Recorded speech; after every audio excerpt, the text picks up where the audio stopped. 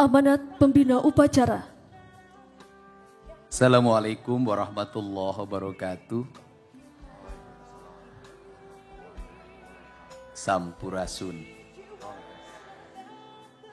Yang hari ini sangat berbahagia, cita-cita orang tuanya tercapai, doa ibu dan puasa Senin Kemisnya terkabul, pangkatnya nambah bintang 1 Pak Kapolda Jabar. Tepuk tangan.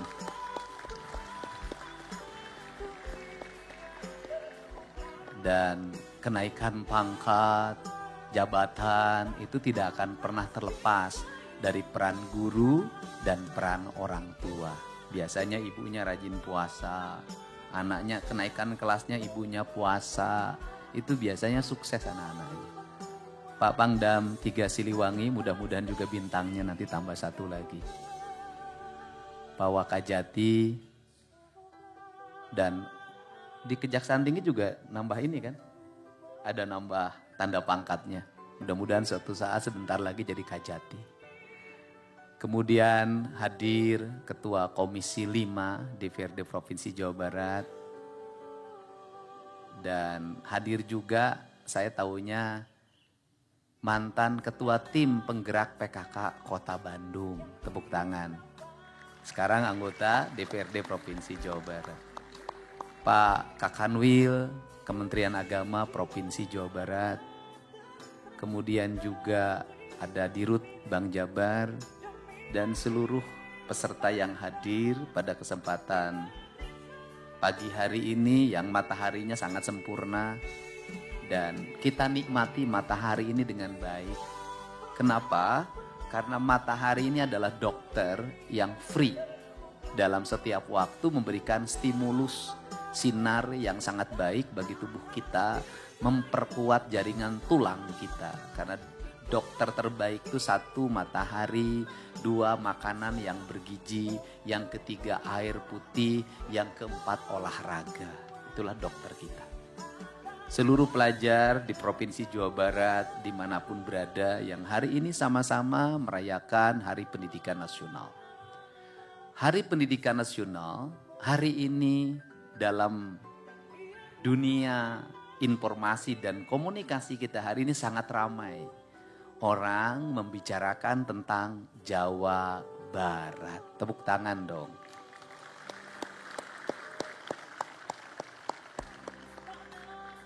Ada yang tepuk tangan hatinya agak kesel sama gubernur. Ada yang tepuk tangan bahagia. Yang pertama adalah menjadi seorang pemimpin itu transcender.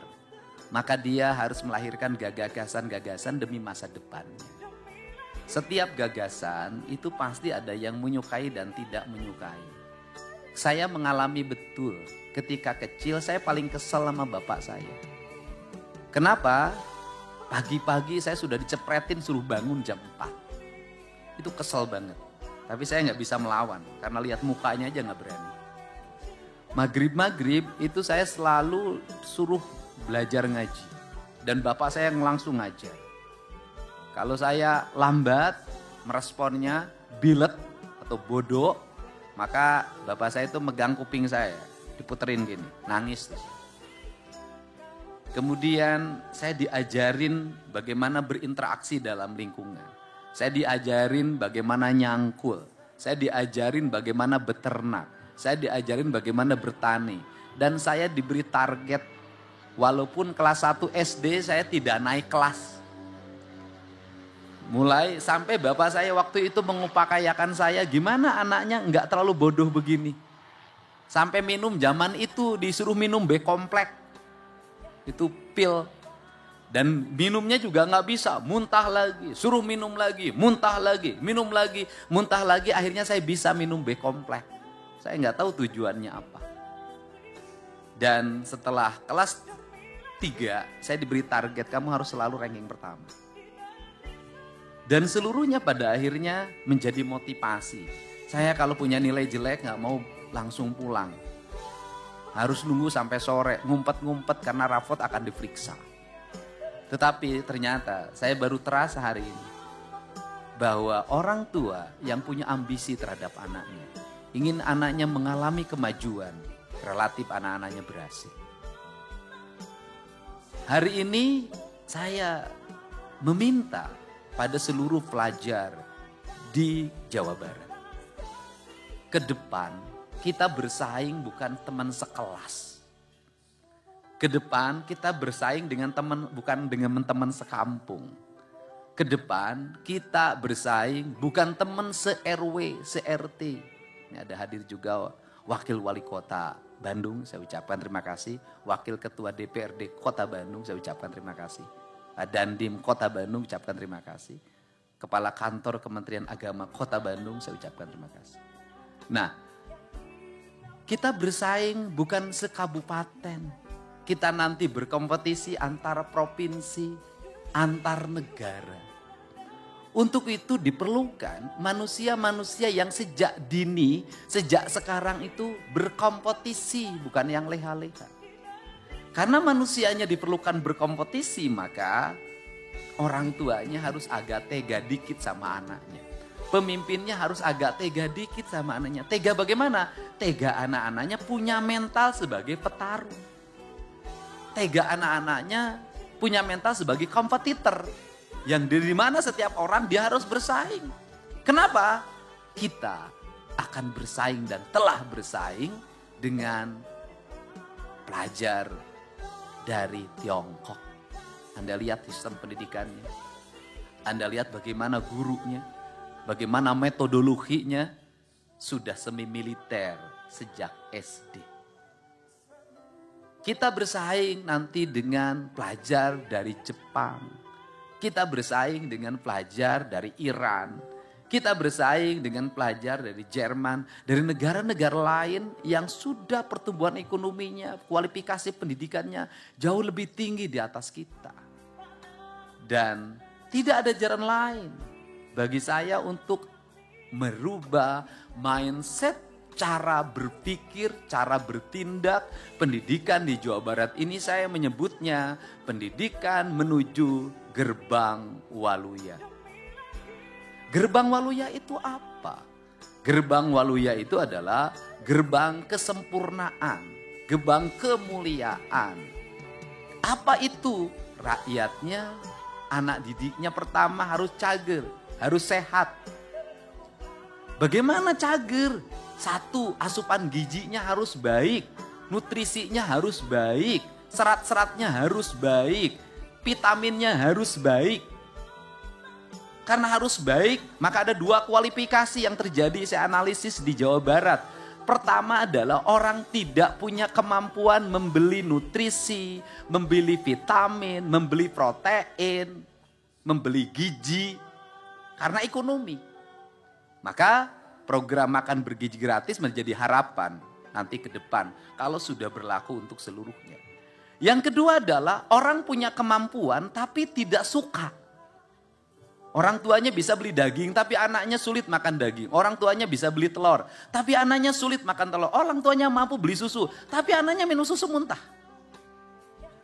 Kemudian yang berikutnya adalah duitnya cukup tapi makanannya setiap hari kadar nutrisinya rendah, kadar gizinya rendah, bahkan rusak, kadar proteinnya rendah. Sumber-sumber makanannya sudah berpestisida, sumber-sumber makanannya sudah direkayasa, lahirnya makanan-makanan gede, gemuk, besar. Ikan umurnya pendek, ayam umurnya pendek, telur umurnya pendek. Ini juga ancaman. Nah, untuk itu diperlukan apa? Diperlukan langkah yang struggle. Bagaimana langkah yang struggle-nya? Mau tidak mau orang tua harus mulai memperhatikan kembali gizi anaknya. Mau tidak mau orang tua harus memasukkan doa dalam masakan anaknya. Maka saya mengajak pada seluruh orang tua di Jawa Barat sebelum pergi sekolah, anak-anaknya disiapin bekal makan di sekolah. Bawa, nanti duduknya bareng sekolahnya. Yang satu miskin, yang satu kaya. Orang kaya bisa menolong orang miskin bisa memiliki saudara orang kaya. Ekonomi akan mapan. Orang saling memberi. Nilai-nilai sosial tumbuh dengan baik. Ini harapan. Saya dulu pernah memberlakukan ini ketika saya jadi bupati dan berhasil. Awalnya saya dicaci maki, lama-lama orang tuanya mengucapkan terima kasih. Dengan saya ajarkan ke sekolah bawa bekal, orang tuanya jadi bangun pagi. Kemudian anak-anaknya bangun pagi, ke sekolahnya jadi tidak telat lagi. Karena masuknya waktu saya memimpin jam 6, kalau di sini mungkin 6.30 deh. Nah kemudian untuk apa? Lahirlah anak-anak yang sehat. Kenapa? Dipaksa tidur jam 8 karena takut bangun kesiangan. Setiap minggu mulutnya diperiksa untuk dipastikan anaknya merokok atau tidak. Kemudian dipastikan anak itu suka begadang atau tidak, lihat dari kelopak matanya. Nanti dirubah. Kenapa? Ini adalah ancaman bagi anak-anak kita hari ini. Yang berikutnya apa lagi? Nanti yang lainnya banyak. Yang berikutnya apa yang harus kita lakukan? Membuat anak-anak kita memiliki kemerdekaan dalam berpikir, berbuat, dan bertindak. Kemudian setelah itu apa? Tapi terarah. Terarah pada apa? Pada profesionalisme. Profesionalisme seperti apa? Mau jadi apa? Mau jadi tentara, polisi, dokter.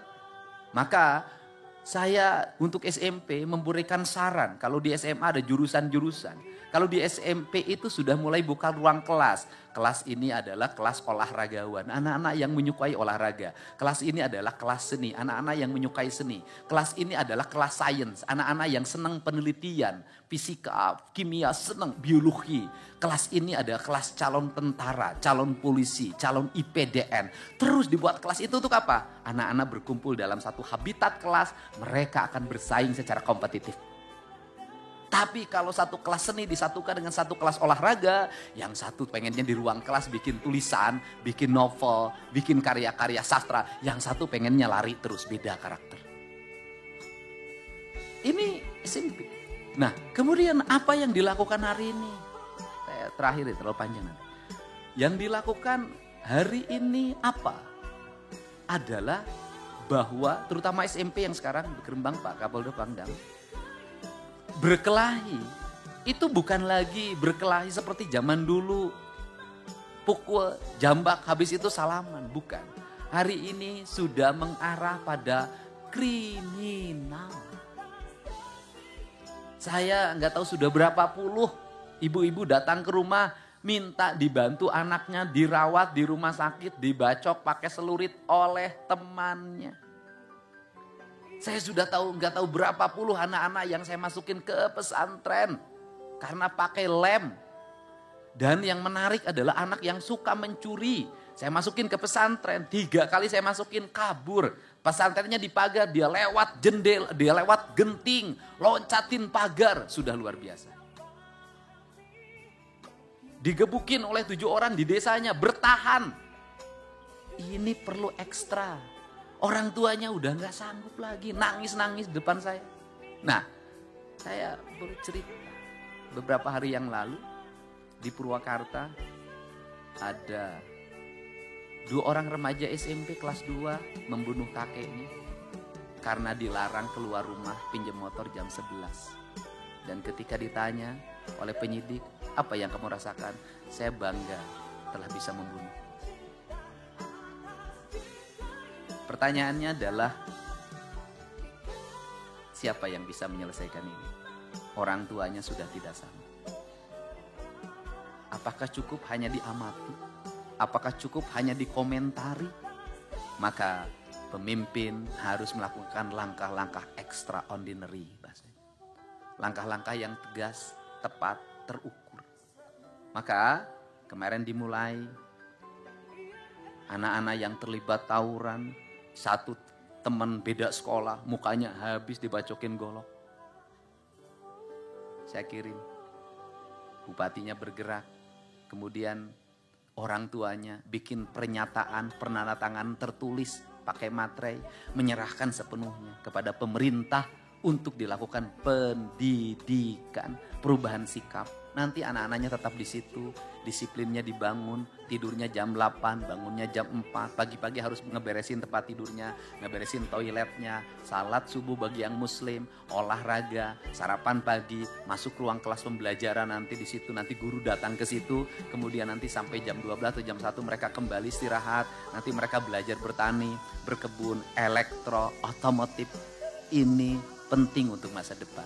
Nanti saya link and match dengan dunia industrinya sehingga kita punya pasokan calon-calon pemimpin masa depan. Tidak semua orang yang nakal ketika remaja gagal di masa depan asal mau melakukan perubahan. Ini frame, ini arah. Kenapa? Bagi mereka yang rajin memberikan komentar, coba nanti keliling kota Bandung jam 12 malam naik motor sendiri deh. Nanti keliling deh tuh di Tasik jam 12 malam naik motor. Nanti keliling deh di Cirebon jam 12 naik motor. Keliling di Depok jam 12 naik motor. Keliling di Bogor, ayo di Kerawang cobaan. Kalau berani. Kenapa? Sudah serem. Nah, dengan kerangka dasar ini hari ini apa? Tumbuh spirit dukungan publik yang sangat luar biasa. Dan hari ini sudah banyak berkomentar Pak Pangdam, Pak Kapolda. Apa keinginan mereka, Pak? Boleh nggak anak saya walaupun nakalnya baru dikit dititipin untuk dididik biar bangunnya agak pagi.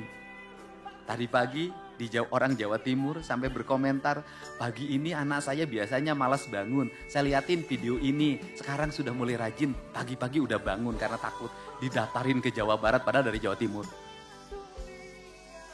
Indonesia terus-terusan dengan pola-pola pendekatan yang hanya bicara tidak akan selesai. Harus ada tindakan yang nyata. Untuk itu kita berharap pola pendidikan Pancawalo ini cager, bager, bener, pinter, singer. Nah yang terakhir singer deh. Singer itu apa? Singer itu tanginas. Tanginas itu apa? Tanginas itu dia lebih dulu melakukan apapun dibanding orang lain. Orang lain belum bangun, dia sudah bangun. Orang lain belum mandi, dia sudah mandi. Orang lain belum lari, dia sudah lari. Mohon maaf, saya ngomong ilmiah. Dari sisi jam, kita ini nggak tanginas, ketinggalan. Kenapa? Waktu Indonesia Barat, Jakarta pakai. Jadi kalau ngomong bursa saham kita ini ketinggalan 1 jam, 2 jam, 3 jam dibanding negara lain. Kita lebih belakang. Kenapa? Karena jam kita ini lebih belakangan dibanding jamnya orang lain yang di timur. Nah untuk itu prinsip dasar, jangan pernah bangun keduluan dengan ayam berkokok. Itu ada cerita Sangkuriang. Cerita Sangkuriang itu sebenarnya cerita pembelajaran agar orang Jawa Barat tidak boleh kesiangan. Kalau kita kesiangan, maka beberapa hal akan tertinggal dalam hidup kita. Untuk itu saya ucapkan terima kasih. Kita ingin tertib, kita ingin anak-anak di Jawa Barat kakinya sehat, jantungnya sehat, makanannya sehat, udaranya sehat. Karena saya akan terus melakukan langkah membenahi lingkungan. Pola pendidikannya sehat, tidak terlalu banyak pungutan, bahkan bebas pungutan. Anak-anaknya merdeka, guru-gurunya merdeka. Tetapi dia punya visi dan arah yang jelas. Bukan kemerdekaan yang tidak jelas arahnya. Untuk itu saya ucapkan terima kasih. Hari ini saya luncurkan namanya Gerbang Pancawaluya Jawa Barat Istimewa yang di dalamnya itu adalah arah kebijakan di Provinsi Jawa Barat. Termasuk hari ini saya akan meminta pada seluruh bupati wali kota agar menyiapkan ruang kelas yang baik. Bila perlu harga sekolah itu bangunannya jauh lebih baik dibanding harga kantor. Saya ingin ruang kelasnya itu 8 kali 10 meter. 80 meter. Luas. Saya ingin di ruang kelasnya ini ada toiletnya, bersih. Ada wastafelnya, udaranya, kaca-kacanya terbuka. Ini yang saya inginkan. Ini cara membangun peradaban ke depan. Dan KPLT Provinsi Jawa Barat saya ingatkan program pembangunan anggaran Provinsi Jawa Barat yang hari ini mencapai 1,2 triliun lebih itu harus diarahkan pada lahirnya bangunan-bangunan berkualitas, bermutu, berdaya saing. Ini saya ingin bangunan sekolah itu adalah bangunan yang terkokoh. Jadi kalau ada bencana yang tidak roboh adalah sekolah. Bukan dibalik, bangunan yang paling pertama roboh adalah sekolah. Ini, dan untuk itu saya bisa terima kasih Pak Pangdam Tiga Siliwangi yang menyiapkan Rindam ini sebagai salah satu tempat dari banyak tempat untuk tempat pendidikan disiplin anak-anak Jawa Barat. Dan saya lihat tiang benderanya belum memenuhi syarat dengan lapangannya. Dalam besok saya minta ke teman-teman dinas pendidikan, ini tiang benderanya harus sama dengan tiang bendera yang ada di gedung Pakuan. Bagus, dirubah. Nanti ke depan ini panas, sebaiknya ke depan diganti oleh paving block. Karena ini nanti menjadi ruang anak-anak kita untuk belajar. Pertanyaannya adalah status sekolahnya gimana? Tetap sebagai murid di sekolah. Terdaftar, nanti dapat rapot. Nanti belajarnya gimana? Dikirim guru ke sini. Bisa guru di sekitar di sini, nanti saya kasih honor tambahan. Bisa anggota TNI yang bisa ngajar, saya kasih honor tambahan ngajar. Apapun akan saya lakukan untuk pendidikan, untuk masa depan. Saya ingin Jawa Barat ke depan tak ada lagi geng motor, tak ada lagi tawuran. Udah, selesai.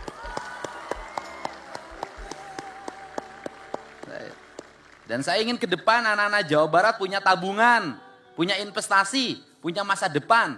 Bukan orang tuanya, mungkin bukan yang di sini, setiap kenaikan kelas, setiap kelulusan selalu pinjem Bank Emok, Bank Keliling, NBK, Bank Pancasila, pinjol. Dan Jawa Barat adalah ranking pertama peminjam pinjol. Harus diturunkan oleh gubernurnya. Mau dibagi duit? Enggak. Pengeluaran orang tuanya harus ditekan. Kalau negara bisa mensubsidi, ngapain? Orang tua harus memberikan iuran. Dan sekolah yang mahal, kalau pemerintah memberikan dana BOS, itu nggak ada artinya dibanding konsumtifnya siswa. Pemerintah memberikan dana BOS, siswa uang jajannya 20.000, 30.000, 40.000, 50.000. Itu siswa. Itu. Jadi uang subsidi pemerintah nggak ada arti. Jadi yang mahal di sekolah bukan biaya sekolah. Yang mahal di sekolah adalah biaya jajan. Bener nggak? Bener nggak? Cuman bedanya kalau uang jajan orang tuanya tidak ngomel-ngomel. Tapi kalau sekolah minta sumbangan 200.000 pasti diposting di media sosial. Itu bedanya. Nah untuk itu saya ucapkan terima kasih. Semangat anak-anak Jawa Barat. Mudah-mudahan sehat. Kemudian cerdas. Kalau sudah sehat dan cerdas pasti menjadi anak-anak yang hebat. Terima kasih, salam untuk semuanya, sehat selalu. Dan mudah-mudahan hari ini menjadi hari bahagia. Ini komandan upacaranya, statusnya pelajar. Siap, pelajar. Di mana? Siap, SMK Negeri 5 Bandung. SMK Negeri 5 Bandung. Kamu hebat banget ya. Mau jadi tentara? Siap, insya Allah. Saya kasih 1 juta. Ya. Siap, terima kasih Gubernur. Dalam bentuk tabungan, ya kan? Nggak tunai. Pokoknya seluruh petugas hari ini semuanya saya kasih 1 juta, 1 juta, 1 juta. Grup musik saya kasih 5 juta. Terima kasih. Siap? Siap?